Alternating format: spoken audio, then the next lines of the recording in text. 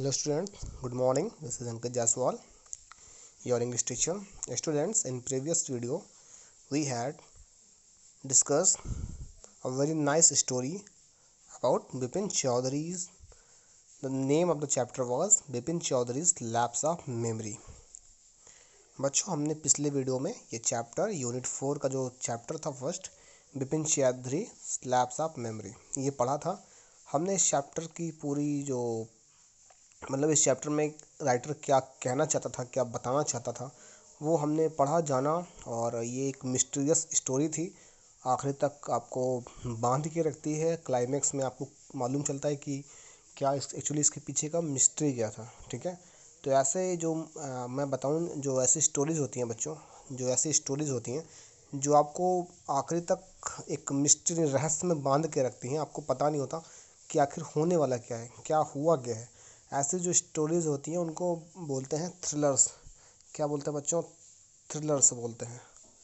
ठीक है ना, थ्रिलर्स।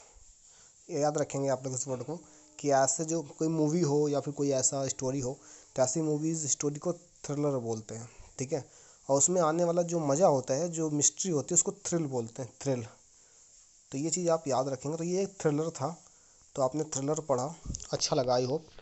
इस चैप्टर की जो आप इसमें करना क्या था, आपको इसकी वर्ड मीनिंग मैंने आपको बताई थी बच्चों। मैंने वोकैबुलरी के बारे में बार बार बताता हूँ कि आप लोग को वोकैबुलरी अपनी स्ट्रॉन्ग करनी है, तो आपको वर्ड पावर स्ट्रॉन्ग करना पड़ेगा।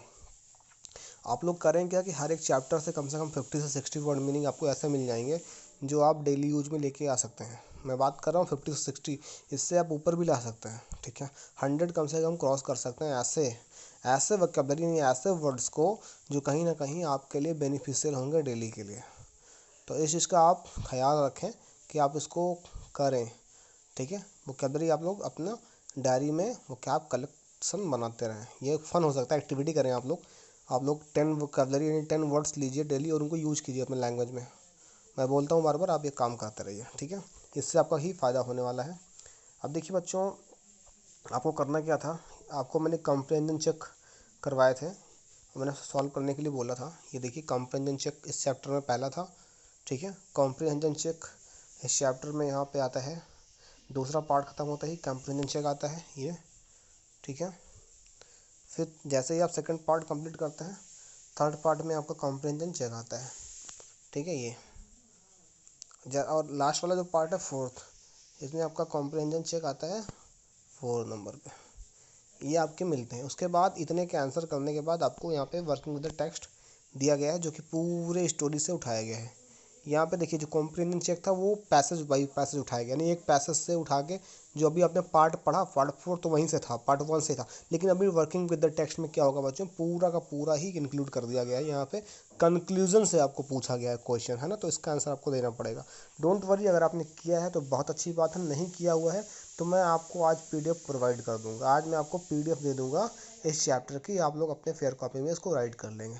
ठीक है ना बच्चों? चलिए बच्चों, सबसे पहले जान लेते हैं इनके राइटर कौन है इस चैप्टर के।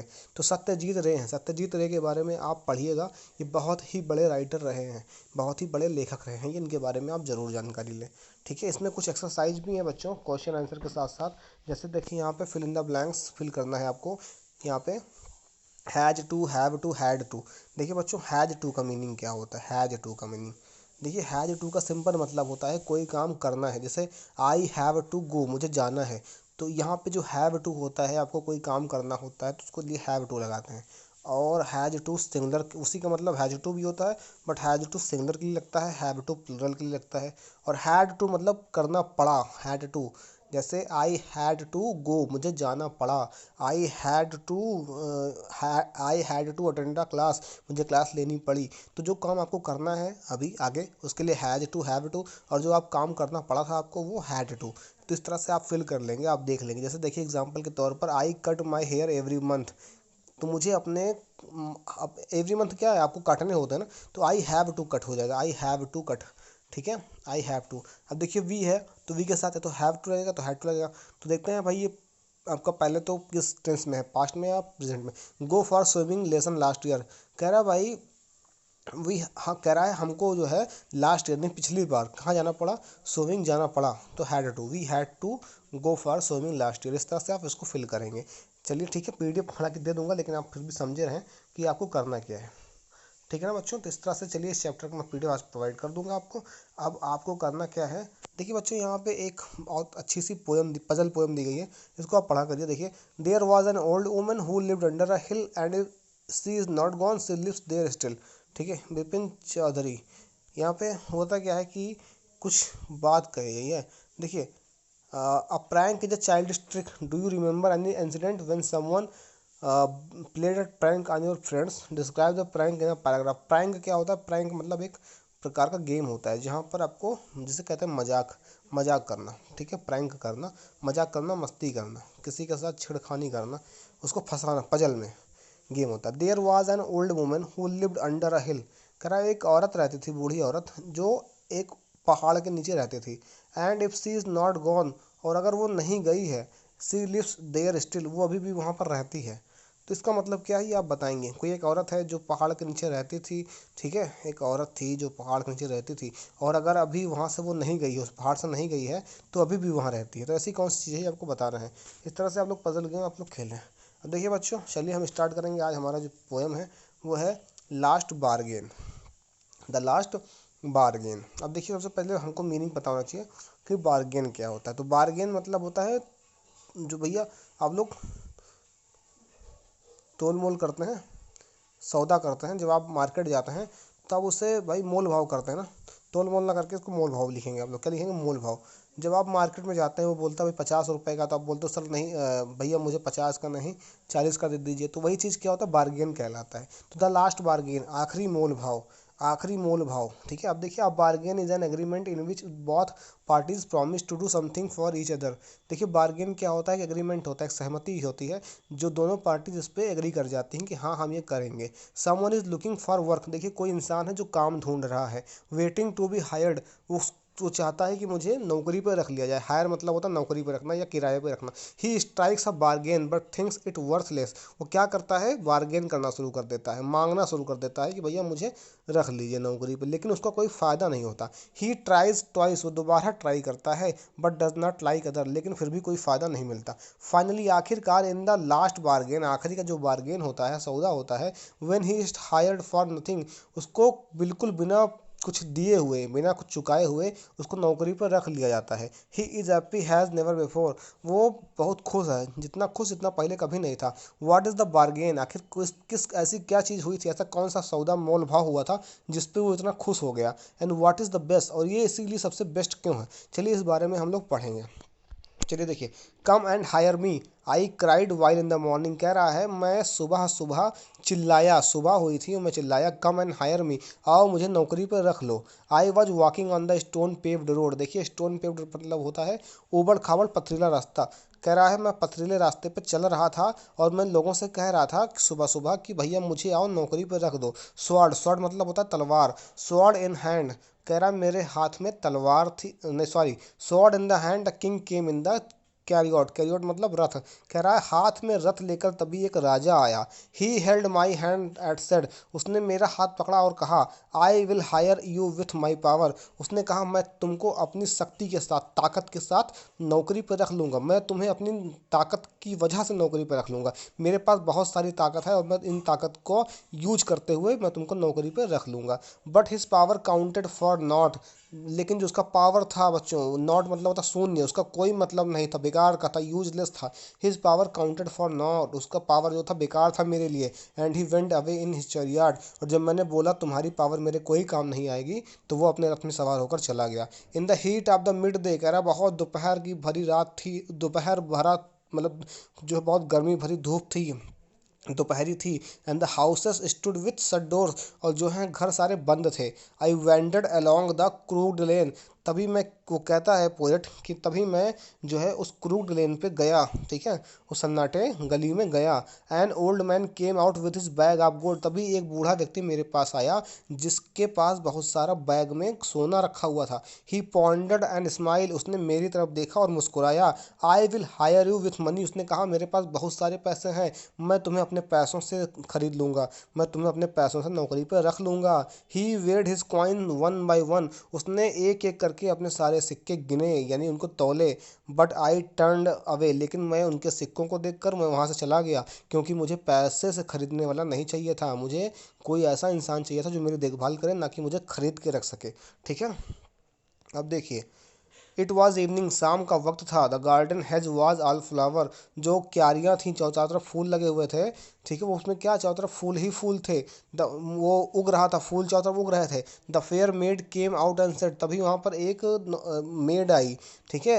I will hire you with I smile, made मतलब क्या होता है बच्चों, वहाँ काम करने वाली जो औरत थी वो मेरे पास आई और बोली मैं आपको एक मुस्कुराहट के साथ इस हायर करूँगी, नौकरी पर रख लूँगी। Her smile पेल्ड and melted into tears, तभी उसकी जो मुस्कुराहट थी वो पेल यानी कि शर्मिंदा हो गई, मतलब शर्म से झुक गई, मतलब उसमें शर्माहट आ गई, उसकी जो मुस्कुराहट थी वो शर्माने लगी और धीरे धीरे उसके आंखों में आंसू बहने लगे। And she went back alone into the dark, और उसके बाद वो धीरे धीरे अकेले ही कहाँ, अंधेरे में चली गई।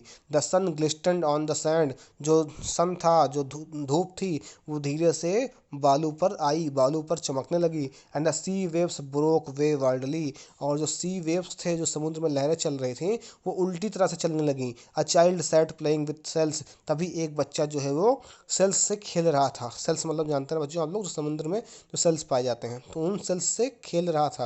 यानी आप लोग जो उसमें आपने देखा होगा शंख, सेल का मतलब शंख होता है, तो वो बच्चा जो है शंख, छोटे छोटे शंखों से खेल रहा था।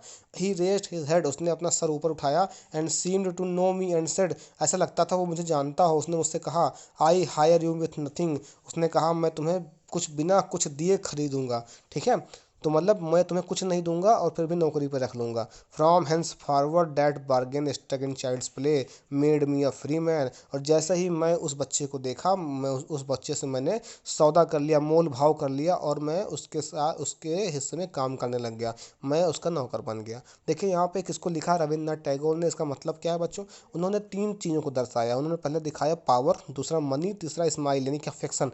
तीनों किसी काम के नहीं है, अगर काम आएगा तो आपका अपनी आज़ादी, आपकी लिबर्टी, ठीक है। एक बच्चे के साथ खेलने में उनको जो आनंद मिल रहा था, वो ना तो पैसे में था, ना तो पावर में था, ना ही किसी के जो है स्माइल या लस्ट में था, ठीक है। उनको सिर्फ और सिर्फ किस में मज़ा मिल रहा था, बच्चे के साथ खेलना, अपनी लाइफ एंजॉय करना, ठीक है, उस बच्चे से प्यार से बातें करना, ये सब चीज़ें उनको सबसे अच्छी लगी और वो उसके सर्वेंट बन गए, यानी कि उसके गुलाम स्लेव बन गया, ठीक है। तो बच्चों ये है आपका पोयम। अब इसमें क्या करना है आपको, इसमें बच्चों करना क्या है, आप देखिएगा कुछ क्वेश्चन दिए गए हैं। जैसे पहला ही क्वेश्चन है, who is the speaker in the poem, poem में स्पीकर कौन है, पहला क्वेश्चन है। The king sword in the hand, अब देखिए राजा के हाथ में क्या है, राजा के हाथ में स्वॉर्ड है, स्वॉर्ड मतलब तलवार है। तो इस बात से क्या मालूम चलता है भाई, राजा के हाथ में तलवार है, तो उससे क्या मालूम चलता है, उसके पास बहुत सारा वेल्थ है, ठीक है, या उसके पास बहुत सारा ताकत है। तीसरा, मोर पावर देन वेल्थ, या फिर उसके पास बहुत ज़्यादा शक्ति है, पैसे से भी ज़्यादा शक्ति है उसके पास। तो थर्ड वाला सही हो जाएगा, उसके पास जो है पैसे से भी ज़्यादा शक्ति है, यानी अपने हाथ में तलवार लेकर घूम रहा है, इसका मतलब क्या, उसके पास पैसों से भी ज़्यादा ताकत है। भाई सबसे ज़्यादा ताकत तभी तो तलवार लेकर घूम रहा है, तो ये थर्ड आंसर सही हो जाएगा। अब देखिए, the old man offered the speaker lot of money, जो बूढ़ा व्यक्ति आया था उसने क्या किया, जो स्पीकर है यानी जो पोएट है, उसको बहुत ढेर सारे पैसे देने की कोशिश की। Why did he turn down the offer, लेकिन जो रविन्द्रनाथ टैगोर है, जो पोएट है, उन्होंने क्यों ठुकरा दिया उसका ऑफर, क्यों पैसे नहीं लिया, आखिर पैसे लेकर नौकरी पर तक जा सकते थे, तो उन्होंने पैसे क्यों नहीं लिए। फाइंड इन द पोयम, अब देखिए पोयम में लाइंस को आपको मैच कराना है। I have nothing to give you except goodwill and cheer, देखिए एक इसका मतलब इस किस लाइन में इसका मीनिंग निकलता है, कह रहा है मेरे पास कुछ नहीं है, बस मैं आपको क्या दे सकता हूँ, आपको खुशी दे सकता हूँ, खुशी, ठीक है। तो ये कौन कहता है, ये देखिए बच्चा कहता है, जो बच्चा खेल रहा था, the child who was playing, वो कहता है कि भैया मैं आपको कुछ नहीं दे पाऊंगा, I will hire you with nothing, मेरे पास कुछ नहीं है, बस मैं आपको खुशी दे पाऊंगा। और रविन्द्रनाथ टैगोर को क्या चाहिए था, केवल हैप्पीनेस चाहिए थी, खुशी चाहिए था, पीस एंड ट्रैंक्विलिटी चाहिए था। वो कहाँ मिलेगा, वो बच्चे के साथ खेलने में मिलेगा और कहीं नहीं मिलेगा, तो इसीलिए वो उसके स्लेव हो जाते हैं। फिर देखिए बच्चों, her happiness was no more than sorrow in disguise. कह रहा है जो उसकी हैप्पीनेस थी, खुशी थी, क्या थी वो, सिर्फ और उसके जो चेहरे पे खुशी दिख रही थी, दरअसल वास्तव में वो सिर्फ एक दुख था जो उसने छुपा रखा था। ये कब मालूम चलता है? एक औरत जो उसके पास आती है, मुस्कुराती है, ठीक है, और फिर रोने लगती है, तो उसमें क्या दिखाई पड़ता है? देखिए, her smiled meld paled and melted into tears. ये लाइन पे हमको मालूम चलता है कि उसकी आंखों में, उसके जो चेहरे पे स्माइल थी, वास्तव में उसके अंदर क्या था, उसके दर्द छुपा हुआ था। ठीक है।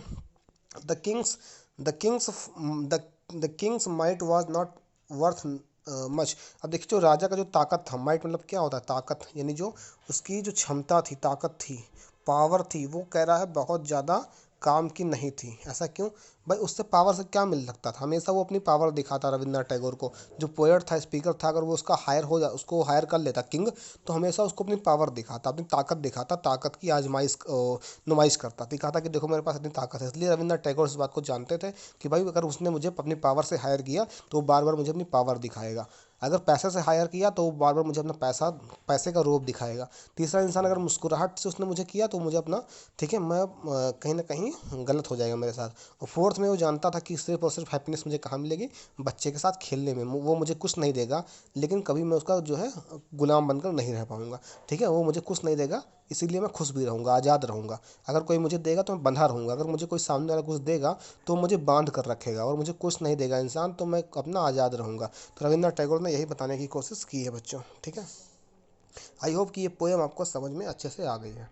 अब अगर और कोई डाउट रह जाता है आपके मन में तो आप मुझे बताइए। आज आपको इन चैप्टर की, यानी 4 यूनिट की, दोनों चैप्टर है ना, 2 चैप्टर, इन दोनों चैप्टर्स को आपको पीडीएफ मिल जाएगा, जिनमें आपको वर्ड मीनिंग के साथ साथ पूरी एक्सरसाइज भी दी गई है। तो आप लोग करेंगे क्या बच्चों? आप लोग इस दोनों चैप्टर की वर्ड मीनिंग एक्सरसाइज सारी कॉपी में लिख लेंगे, और आप लोग इसको चेक कराने के लिए कॉपी, आज आप लोगों को कॉपी सबमिट करनी है, आज आपका लास्ट डेट है, तो आप लोग कॉपी जो बच्चे सबमिट नहीं किए हैं वो स्कूल में जाकर कॉपी सबमिट कर दें पहले।